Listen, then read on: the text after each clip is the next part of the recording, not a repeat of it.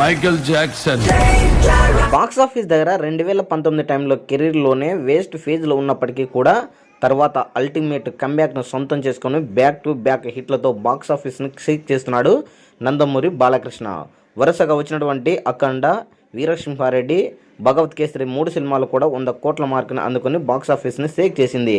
అయితే తాజాగా Balakrishna నటిస్తున్నటువంటి dock Maharaj movie చిత్రము భారీ లెవెల్లో ఈ సంక్రాంతి కానుకగా రిలీజ్ కానుంది. అయితే సినిమా ట్రెండ్ అదేవిధంగా సినిమా మీద మంచి బాజు ఏర్పడింది. ఓపెనింగ్స్ ఖచ్చితంగా సినిమా కుమ్మేస్తుంది అని అందరూ ఎక్స్పెక్టేషన్తో ఉన్నారు. బాలయ్య నటించిన రీసెంట్ మూవీ ఓపెనింగ్స్తో పోల్చితే జనవరి 12న డాక్ మహారాజ్ సినిమా ఎలాంటి ఓపెనింగ్స్ను మొదటి రోజు సొంతం చేసుకుంటుంది అన్నది ఇప్పుడు ఆసక్తికరంగా మారింది. ఒకసారి బాలయ్య నటించిన రీసెంట్ మూవీస్ ఓపెనింగ్స్ గమనిస్తే భగవత్ కేసరి సినిమా 14 కోట్లు వచ్చింది, వీరసింహారెడ్డి 25 కోట్లు, అఖండ 15 కోట్లు, రూలరు 4 కోట్లు. అదేవిధంగా అల్టిమేట్ డిజాస్టర్ మూవీస్ తర్వాత బాలయ్య సెన్సేషనల్ కంబ్యాక్తో దూసుకుపోతూ ఉండగా ఇప్పుడు కెరీర్ బెస్ట్ ఫామ్లో ఉన్నాడు. బాలయ్య ప్రీవియస్ టైం సంక్రాంతికి వచ్చినప్పుడు కూడా రికార్డు ఓపెనింగ్స్ అందుకున్నాడు.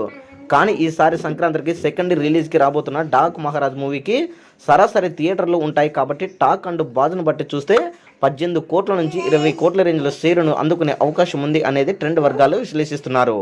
అంటే గ్రాస్ పరంగా చూసుకుంటే దాదాపుగా 40 కోట్ల గ్రాస్ రావచ్చు అనేది ట్రెండ్ పండితులు చెప్తున్నారు. మరి ఈ యొక్క సినిమా యొక్క మొదటి రోజు కలెక్షన్లు ఎలా వస్తాయనేది మీ యొక్క అభిప్రాయాన్ని కామెంట్ కూడా తెలియజేయండి.